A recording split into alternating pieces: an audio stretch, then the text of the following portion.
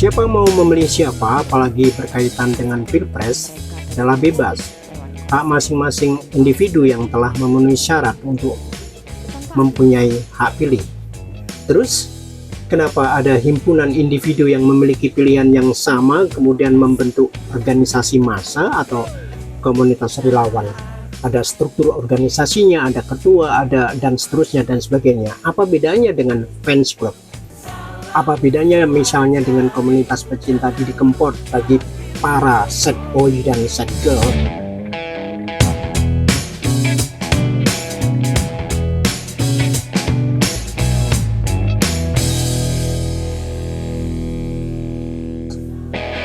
Saudara-saudara sebangsa dan setanah air, sedunia dan seakhirat, secapres maupun bukan, jika beda pilihan, jangan baper.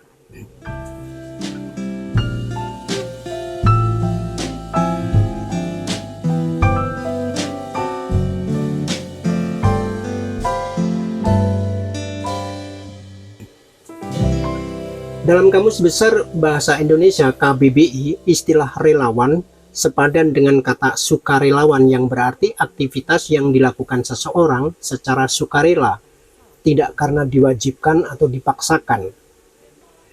Menurut Kamus Besar Bahasa Indonesia itu, relawan merupakan bentuk non-formal atau tidak baku dari sukarelawan, di mana sukarelawan adalah orang yang melakukan sesuatu dengan sukarela, tidak karena dipaksa atau diwajibkan. Dan sebutan ini merupakan gabungan dari kata suka, rela, dan akhiran wan.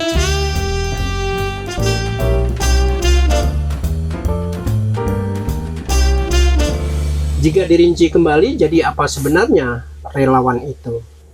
Sekali lagi, berdasarkan KBBI, relawan adalah individu yang mengambil peran atau melakukan kegiatan tertentu atas motif suka dan rela. Dengan kata lain, relawan adalah orang yang melakukan sebuah kegiatan yang biasanya bersifat sosial dengan sukarela atau tanpa diberikan upah. Namun apakah kita menyadari bahwa akhir-akhir ini kata relawan agak jarang terdengar? Yang kemudian kita sering dengar adalah menggunakan padanannya, yakni volunteer. Kaum milenial mungkin lebih familiar dengan kata volunteer ketimbang relawan. Mengapa? Ya karena konsep relawan sendiri sangatlah identik dengan kegiatan yang melibatkan pertemuan tatap muka dengan orang-orang yang dibantu ataupun terjun langsung ke lapangan untuk membantu orang-orang di suatu kondisi tertentu, misalnya bencana alam. Biasanya fenomena relawan ini baru muncul ketika terjadi bencana. Sementara konsep relawan itu sendiri juga telah mengalami perubahan karena berkembangnya kebutuhan. Relawan dan volunteer adalah individu yang sama, yaitu siapapun yang ingin membantu orang lain dalam bentuk apapun tanpa imbalan atau upah. Relawan rela mengorbankan waktu dan tenaganya untuk memberikan dampak positif terhadap lingkungan ataupun organisasinya yang dibantu. Para relawan ini biasanya bergerak di bidang pendidikan, kesehatan, lingkungan, dan juga relawan sosial kemanusiaan. Namun dengan munculnya fenomena pemimpin yang populer dimulai dari Joko Widodo dan Ahok dalam Pilgub DKI Jakarta 2012, kemunculan relawan dalam dunia politik seolah tidak terelakkan. Bagaimana kontestasi presidensial 2014 yang diwarnai oleh kehadiran relawan politik sebagai manifestasi dari meningkatnya partisipasi aktif warga masyarakat dalam demokrasi substansial. Kebangkitan gerakan sosial telah melahirkan tradisi voluntarisme dalam politik. Selain itu, voluntarisme juga turut mentransformasi nilai-nilai politik yang bernuansa patrimonial dan oligarkis menjadi voluntarisme dan partisipatoris. Relawan secara offline dan online dapat meningkatkan partisipasi publik.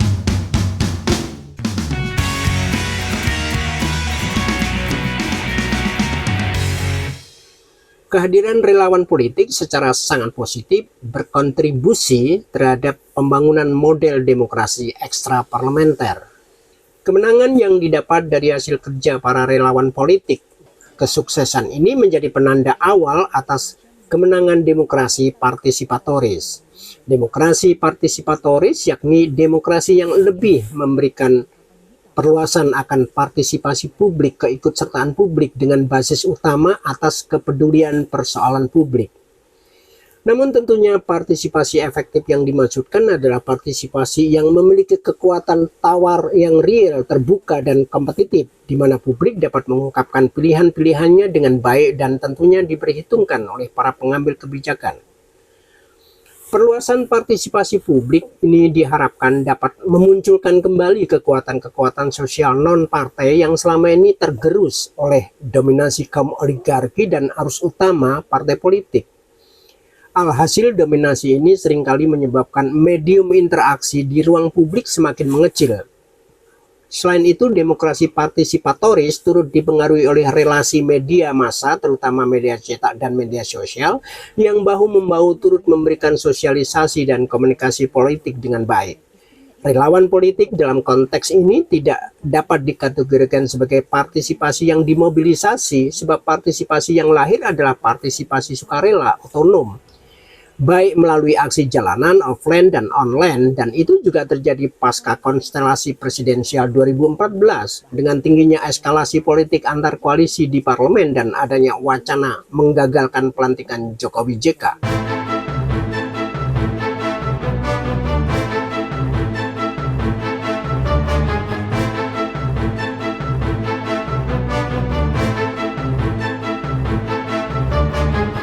Dalam historiografi politik, istilah relawan atau volunteer dikembangkan semenjak tahun 1755 oleh seorang Prancis, M.Fr. Volunteer, ketika memberi pelayanan kepada tentara yang sedang berperang. Tugasnya adalah mengabdi secara ikhlas dalam kegiatan altruistik untuk mendorong, memperbaiki, dan meningkatkan kualitas kehidupan di bidang sosial, budaya, dan ekonomi. Istilah relawan diambil dari bahasa Jerman Aktivismus yang muncul pada akhir Perang Dunia Pertama. Istilah ini kemudian digunakan untuk menandai prinsip keterlibatan politik secara aktif oleh kaum intelektual. Bukan hanya pemikiran tetapi juga usaha untuk membela dan mewujudkan pemikiran tersebut disebut aktivisme. Aktivismus ini merupakan bagian dari ekspresionisme yang saat itu memiliki nilai politik sangat kuat. Biasanya aktivismus dihubungkan dengan Kurt Hiller, pengarah organisasi New York Club yang menaungi para penyair ekspresionis awal.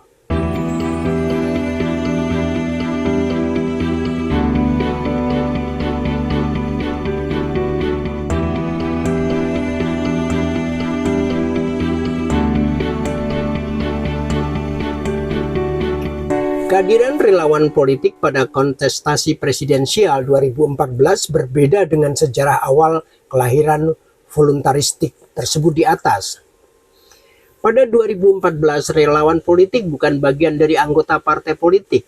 Kehadiran para relawan bukan karena daya tarik partai politik, melainkan kepada politik nilai yang melampaui kepentingan partai. Bahkan kehadiran relawan politik dapat disinergikan dengan tim sukses pemenangan kampanye sebuah partai politik karena fungsi mobilisasi yang lebih masif. Relawan politik dapat dikategorikan menjadi 3 kelompok. Yang pertama, relawan yang berasal dari mantan aktivis yang terlibat dalam kisaran tahun 1990-an atau lebih dikenal sebagai aktivis gerakan pro-demokrasi untuk menggulingkan rezim Soeharto. Kedua adalah aktivis dari berbagai organisasi non-pemerintah, mulai dari gerakan anti korupsi, petani, dan kelompok masyarakat adat. Ketiga adalah seniman dan orang-orang di sektor kreatif. Kelompok pertama dan kedua memiliki agenda politik, namun sayangnya tidak memiliki massa yang jelas. Berbeda dengan kelompok ketiga yang tidak memiliki agenda politik, tetapi memiliki banyak jejaring massa dari semua lapisan masyarakat. Hal itu disebabkan bekal popularitas yang dimiliki oleh para artis dan seniman, sehingga dapat menarik lebih banyak pendukung dan pengikut. Artinya, berbagai aktivitas tersebut ditujukan untuk kepentingan bersama. Istilah relawan selama ini muncul dan populer hanya dalam aksi-aksi sosial yang dengan sukarela menyumbangkan dirinya untuk bekerja dengan tenaga dan pikiran tanpa berharap keuntungan materi apapun. Dalam hal ini, para volunteer sering bersikap proaktif dan bukan reaktif dalam membantu kelompok atau organisasi guna melahirkan masyarakat yang sejahtera.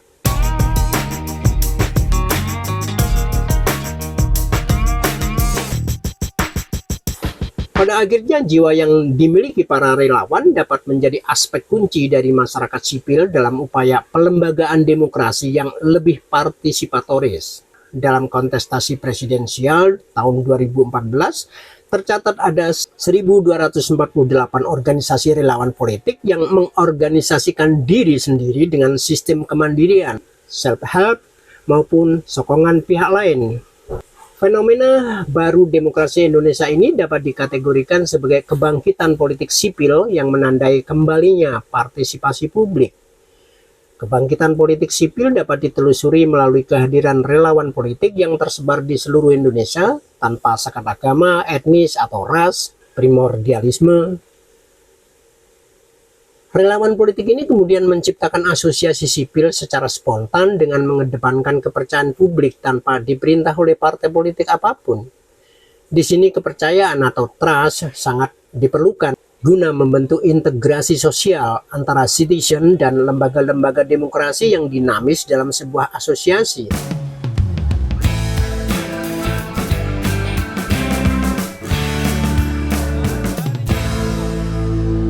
Relawan politik hadir dalam kontestasi presidensial 2014 disebabkan oleh lemahnya peran partai politik sebagai rahim ideologis bagi calon-calon pemimpin republik. Partai politik semata menjadi alat meraih kekuasaan dan tidak menjadi sekolah kenegarawanan bagi para politisi. Alhasil, partai politik melanggengkan kekuasaan oligarki para patron dalam meraup suara rakyat. Akumulasi dari kekecewaan publik terhadap kinerja partai politik akhirnya melahirkan gerakan relawan politik ini. Gerakan non-partisan seperti yang ditunjukkan oleh relawan politik telah mampu mendorong perubahan dari luar sistem politik formal yang selama ini belum mampu menghasilkan perubahan signifikan.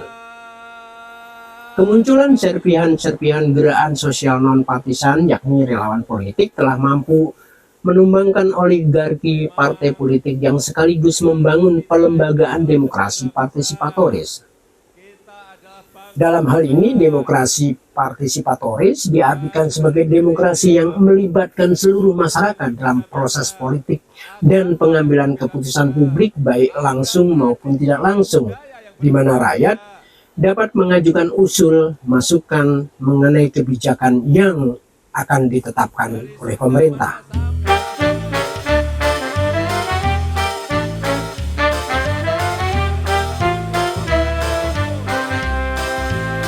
Bila demokrasi partisipatoris dapat terlembaga dengan baik, maka hal itu akan menjadi salah satu faktor kunci kehadiran model pemerintahan demokrasi ekstraparlementer, yang mana model ini merupakan pencerminan dari aktivitas politik yang diselenggarakan oleh kelompok-kelompok terutama relawan politik di luar institusi-institusi resmi negara. Di sini peran relawan politik diupayakan dapat mengontrol, mengawasi, meningkatkan serta memberikan masukan seputar kebijakan yang dilahirkan oleh pemerintah, sehingga akan selaras dengan kehendak rakyat dalam penyelenggaraan kehidupan bernegara. Pendek kata, fenomena baru demokrasi Indonesia tersebut telah menandai perubahan rekonfigurasi relawan politik yang kemudian mengajak kita pada dua pertanyaan. Bagaimana peran relawan politik dalam konstelasi presidensial? Kemudian bagaimana implikasi relawan politik dalam proses pelembagaan demokrasi?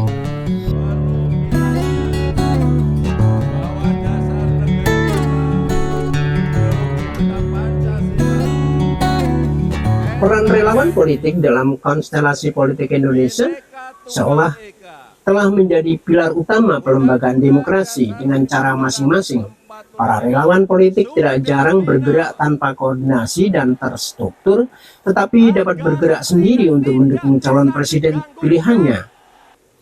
Tanpa disadari, relawan politik telah mampu membangun pelembagaan budaya partisipatif, bahkan kemudian relawan politik dalam konteks dinamika politik Indonesia dapat dikategorikan sebagai new social movement yang dihuni oleh kelas menengah. Kehadiran New Social Movement yang bersamaan dengan kehadiran politik media sosial dapat dilihat sebagai bagian popular culture yang menitik beratkan pada penokohan.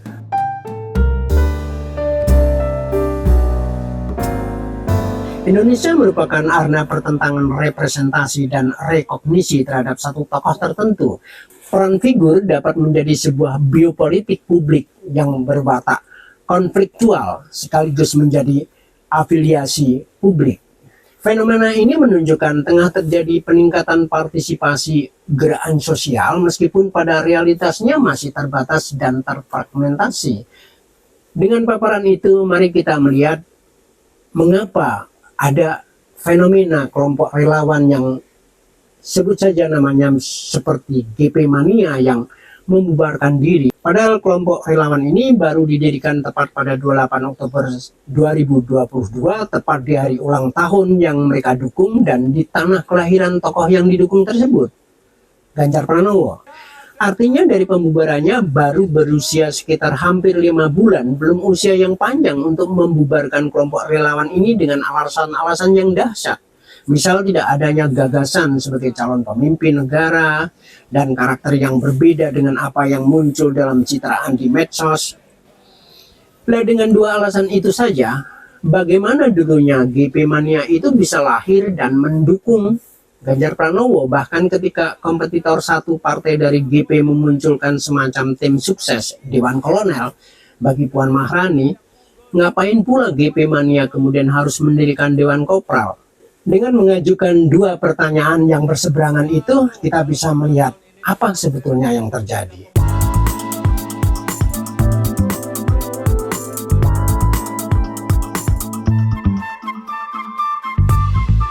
GP Mania berbeda dengan kelompok relawan lainnya, barangkali menyadari persoalannya bukan lagi sebagai relawan tetapi sebagai ekstra parliamentarian, extraordinary politik yang memungkinkan menjadi setara dalam dialog politik, dan bahkan lebih jauh hubungan itu bisa menjadi transaksional, yang itu artinya relawan politik dalam bentuk itu menunjukkan kelas atau karakter yang rendah sebagaimana elite politik itu sendiri.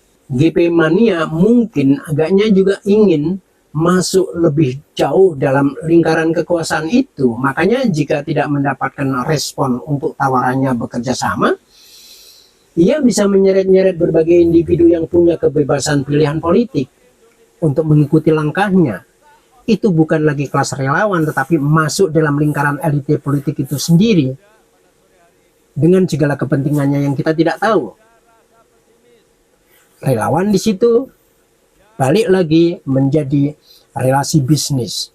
Ada tawar-menawar, ada negosiasi, ada transaksi. Tidak ada kata keikhlasan dan ketulusan di situ. Jadi ya sebut saja dia sebagai pedagang eceran politik atau pengusaha eceran politik, karena dia menawarkan sesuatu juga.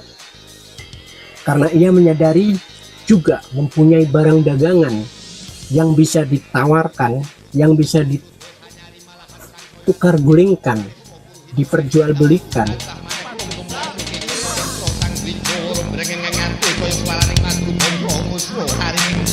Yang